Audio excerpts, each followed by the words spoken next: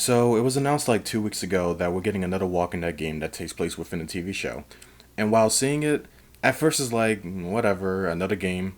But this time is actually different. Instead of playing either a made up story or just simply the events of the story, we actually have a chance to change The Walking Dead as a whole. The game is taking an interactive route and give you opportunity to change certain events, like if certain characters didn't get separated or killed, or more importantly, deciding whether it's Rick or Shane to die during the confrontation at the end of season 2.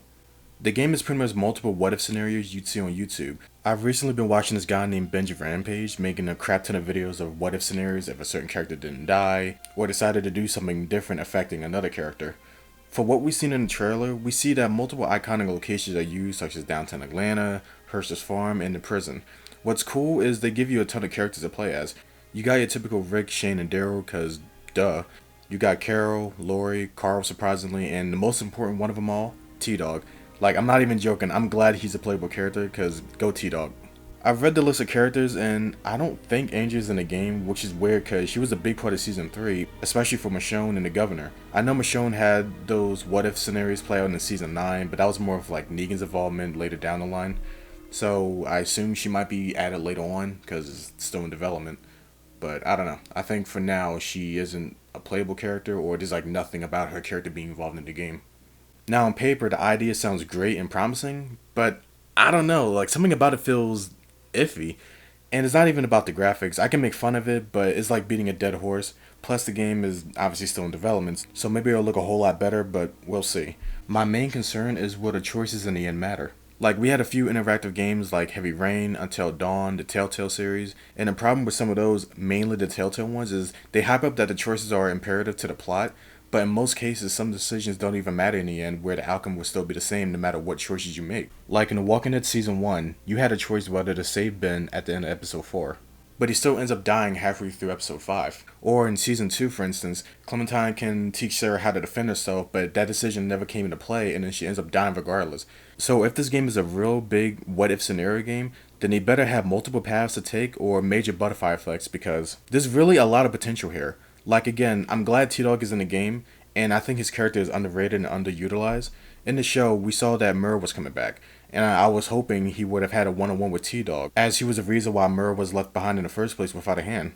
T-Dog died before we even got to see them talk, and this is a great way of showing what would have happened if T-Dog never died or if Murr never got separated. Maybe Murr will be the reason T-Dog dies, or maybe they'll patch things up, so hopefully this storyline will be addressed, because I consider that like an early missed opportunity.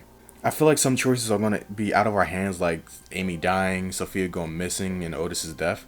What would definitely be a game changer is, say if Sophia never got lost and then they proceeded to go to Fort Benning like they were originally going to. Then we could see new locations and interact with new people. More than likely, most or none of the actors will reprise their roles, either because of budget or most voices like Carl wouldn't work because, puberty. The only voices I can see realistically coming back is Norma Reedus as Daryl and Melissa McBride as Carol, as they did do voice work for Onslaught, so hopefully they'll return for the game. Shane's voice in the trailer sounds honestly worse than Rick's voice in Onslaught. As far as gameplay wise, I hope it's nothing like this. Like, it looks all stiff and clunky. Yeah, it's still in development. Like, there was a comment of someone saying, "Oh, I wish there was a third-person Walking Dead game with a fleshed-out combat system." And the next comment was, "So, The Last of Us?" I'm not gonna lie, that was funny. But if the game played like The Last of Us and had the zombie environment of like Dead Rising, I swear the game would be top tier. Honestly, The Walking Dead with the playstyle of like Dead Rising 3 would be the better choice in my opinion. I never understood why they don't let a big studio company handle these tie-in games like this. I'm sure AMC can collaborate with somebody, a different company, to make sure the game works well, because Survivor Instincts wasn't it, and Onslaught just didn't hit the mark. I feel like this game is also going to be single player. I hope I'm wrong, but if not, seriously, can we please get a Walking Dead game that's co-op? We have plenty of characters to play, and I'm tired of single player games, to be honest. If there's an opportunity for co-op, just take it. I don't even want this game to be over the top. Like, I want some restrictions for the characters to show that they can't handle most situations by themselves. I know it's shitty, but it works in the situation. Like, hopefully this game implements some type of like stamina bar, so we can't tear through like 100 walkers at ease, because where the characters are at this time, they aren't experts you'd see in later seasons, because this game takes place between seasons 1 and 4.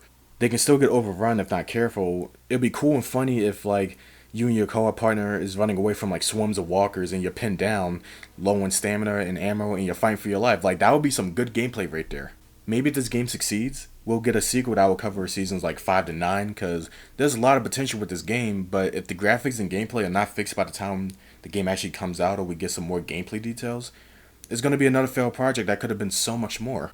I'm trying to hold my tongue here, but if this game ends up flopping, then I'm straight up going on a rant because there's really no reason why these Walking Dead games keep failing. The tie-in ones, obviously, because the other ones are fine.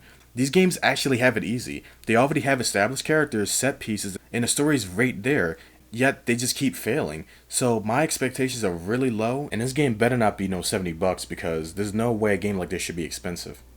But I guess the better question is, do you guys think this game is going to be good?